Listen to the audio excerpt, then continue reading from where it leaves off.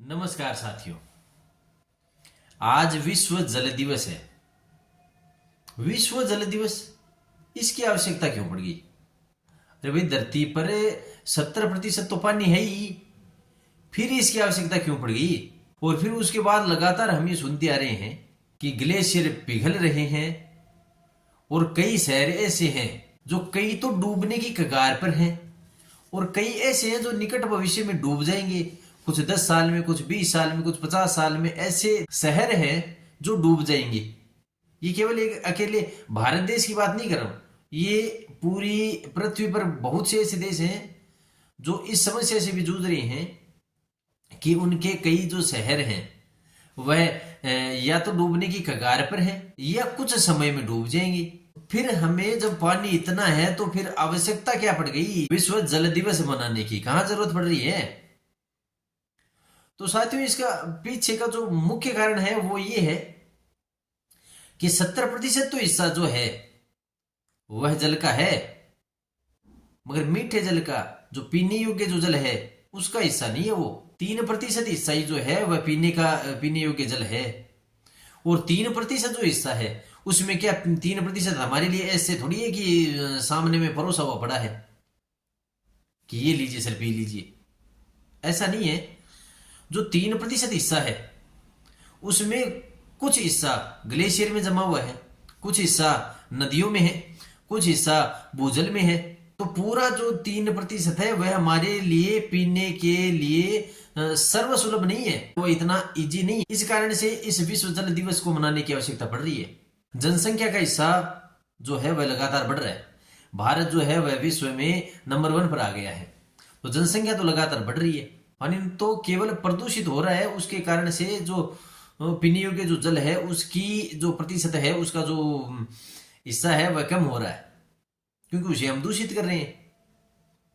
तो उसे जो है बचाने की आवश्यकता है।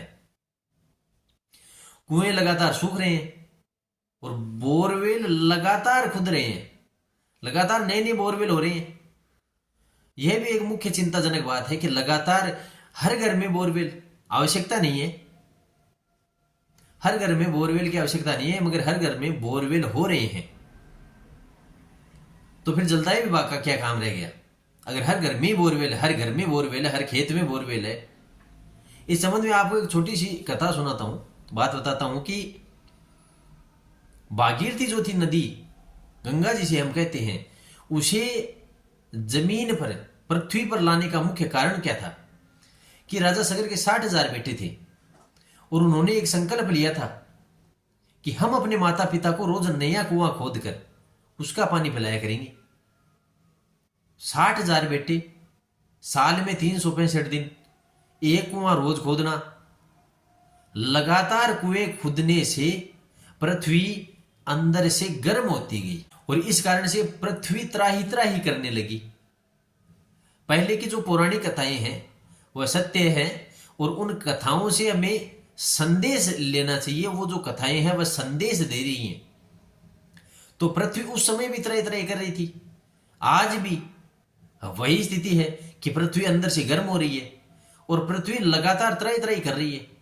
तो पृथ्वी त्राही त्राही करने का मतलब सीधा सिंपल अगर समझे, इसको देव्य कथा के हिसाब से न समझते हुए सीधी सिंपल बात समझे कि बहुत से ऐसे देश हैं जो पानी के संकट से जूझ रहे हैं। बहुत से हमारे भी यहाँ पर ऐसे राज्य हैं, ऐसे जिले हैं, ऐसी जगहें हैं जो पानी की किल्लत से जूझ रही है। उस समय भी यही था, इसे ही त्राही त्राही कहते हैं। पूरी पृथ्वी त्राही त्राही कर रही थी कि मैं गर्म हो रही हूं, लगातार मेरा जलदोहन किया जा रहा है। कहां पर आवश्यकता पड़ रही थी? तो इस कारण से सारे के सारे 60,000 जो राजा सगर के बेटे थे उनको श्रापवश मार दिया गया और उनकी आत्मा की शांति के लिए, उनकी मुक्ति के लिए भागीरथी को जमीन पर लाया गया, गंगा को जमीन पर लाया गया। कई पीढ़ियां खप गई भागीरथी को जमीन पर लाने के लिए। अब हर घर में बोरवेल है, हर फार्म पर बोरवेल है, हर खेत में बोरवेल है, हर प्लॉट में बोरवेल है। तो क्या धरती अब दुखी नहीं है? अब शोक संतप्त वह नहीं है? अब वह परेशान नहीं है? अब वह दिक्कतों से जूझ नहीं रही है? अब क्या उस पर रहने वाले सारे के सारे प्राणियों को पानी मिल रहा है? पीने योग्य जो पानी है क्या वह मिल रहा है सबको? ऐसा तो नहीं है। इस कारण से विश्व जो जल दिवस है उसको मनाने की आवश्यकता पड़ी और 1993 में विश्व जल दिवस मनाने की शुरुआत हुई। पूरा विश्व 22 मार्च को विश्व जल दिवस मनाता है और हर बार विश्व जल दिवस के लिए एक अलग थीम रखी जाती है। इस बार की जो थीम है वह है लिवरेजिंग वाटर फॉर पीस। इसका मतलब है शांति के लिए जल, शांति के लिए जल का उपयोग करना या शांति के लिए जल का लाभ लेना। इसका सीधा सा मतलब यही है, ये जो थीम है इस थीम का सीधा सा मतलब सीधा सा मकसद जो है, जो उद्देश्य जो है वह यही है कि शांति के लिए जल, शांति के लिए जल का क्या मायने क्या रखता है ये कि जब जल नहीं होगा तो अशांति फैलेगी, क्रांति होगी, युद्ध होंगे। उनसे बचने के लिए जल ही शांति है और जल ही क्रांति है, जल ही युद्ध होगा, जल के कारण से ही युद्ध होगा। और जल अगर बचा लेंगे हम, जल सभी को सर्वसुलभ, पीने योग्य जो जल है वह सर्वसुलभ होगा, वह सबको मिले तो शांति बनी रहेगी, नहीं मिलेगा तो अशांति फैलेगी और युद्ध के हालात पहुंच जाएंगे विश्व में। बहुत सी ऐसी जगहें हैं, बहुत से ऐसे देश हैं जो जल के संकट से जूझ रहे हैं। पूछिए उनको, उनका जो पीने योग्य जो जल जो उनको मिल रहा है क्या सच में वह पीने योग्य है? उस दूषित जल को पीकर वह बीमार हो रहे हैं। तो प्रत्येक प्रत्येक देश के प्रत्येक नागरिक का यह कर्तव्य है कि मैं जल को बचाऊं। नदियों को प्रदूषित कर रहे हैं, बारिश का जल बचा नहीं रहे हैं, पानी का जो वेस्टेज है उसको बढ़ा रहे हैं। तो ये जो प्रॉब्लम्स हमने क्रिएट की है, इन प्रॉब्लम्स को हमें दूर करना होगा। जो उद्योगों का जो वेस्टेज है वह नदियों में न डालें। कई प्रकार के ऐसे काम हैं जिनको हम कर सकते हैं। उद्योगों का वेस्टेज जो है वह नदियों में नहीं डाला जाए, वर्षा के जल को बचाया जाए। उसके लिए हर घर में वाटर स्टोरेज टैंक होने चाहिए। और इसके साथ ही जल प्रबंधन जो घर का है, हम वित्त प्रबंधन करते हैं, हमें खाद्य प्रबंधन की भी आवश्यकता है, हमें जल प्रबंधन की भी आवश्यकता है। हर घर में हर व्यक्ति को जल प्रबंधन की भी बात करनी चाहिए, जल प्रबंधन के लिए भी ध्यान देना चाहिए। केवल वित्त प्रबंधन ही सफिशियंट नहीं है, जल प्रबंधन की भी आवश्यकता है। हर घर में, हर संस्था में, हर विद्यालय में, हर स्कूल में, हर कॉलेज में, हर एनजीओ को, चाहे वह पशुओं के लिए काम करे, पक्षियों के लिए काम करे, मनुष्य के लिए काम करे, चाहे वह नारियों के लिए काम करे, चाहे वह बच्चों के लिए काम करे, चाहे वह बाल विवाह के लिए काम करे, हर प्रकार के एनजीओ को पानी बचाने की बात करनी चाहिए, पेड़ पौधे लगाने की बात करनी चाहिए।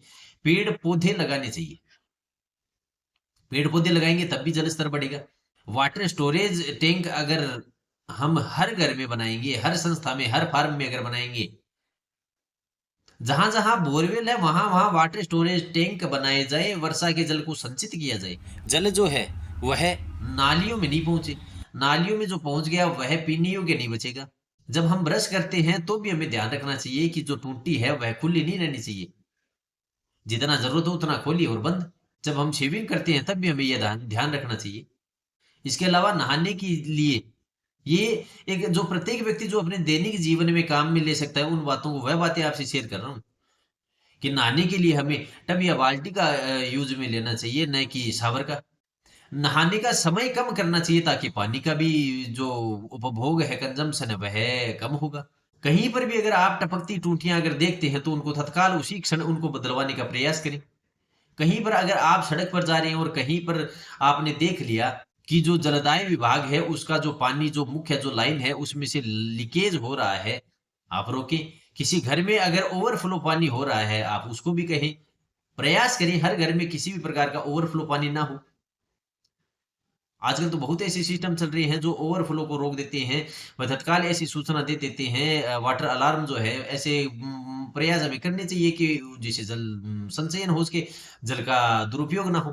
कार व बाइक को हम अगर टूटी चलाकर धोते हैं तो उसको भी बंद करना चाहिए। बकेट में पानी डालकर उससे कपड़े से पोंछना चाहिए। नहाने का जो पानी है उसको अभी वेस्टेज करने से हमें बचाना चाहिए कि जो पानी बचता है उसको पेड़ पौधों में डालें, बाहर नालियों में वेस्टेज ना करें उसका पानी का। ये सभी जल संचयन की वो ट्रिक्स हैं जो आम आदमी अपने दैनिक जीवन में काम में ले सकता है। इन ट्रिक्स को सभी को जागरूक करना चाहिए। मुख्य जो है वह यही है कि पेड़ पौधे लगाओ, सभी को जागरूक करो। हर घर में सभी व्यक्ति अगर जागरूक होंगे तो जल का संचयन होगा, तो जल का दुरुपयोग नहीं होगा, और जल की जो पूर्ति है वह हमें मिलती रहेगी, और पीने योग्य जो पानी है उसकी कभी कमी नहीं होगी। इस कारण से विश्व जल दिवस मनाया जाता है। धन्यवाद साथियों।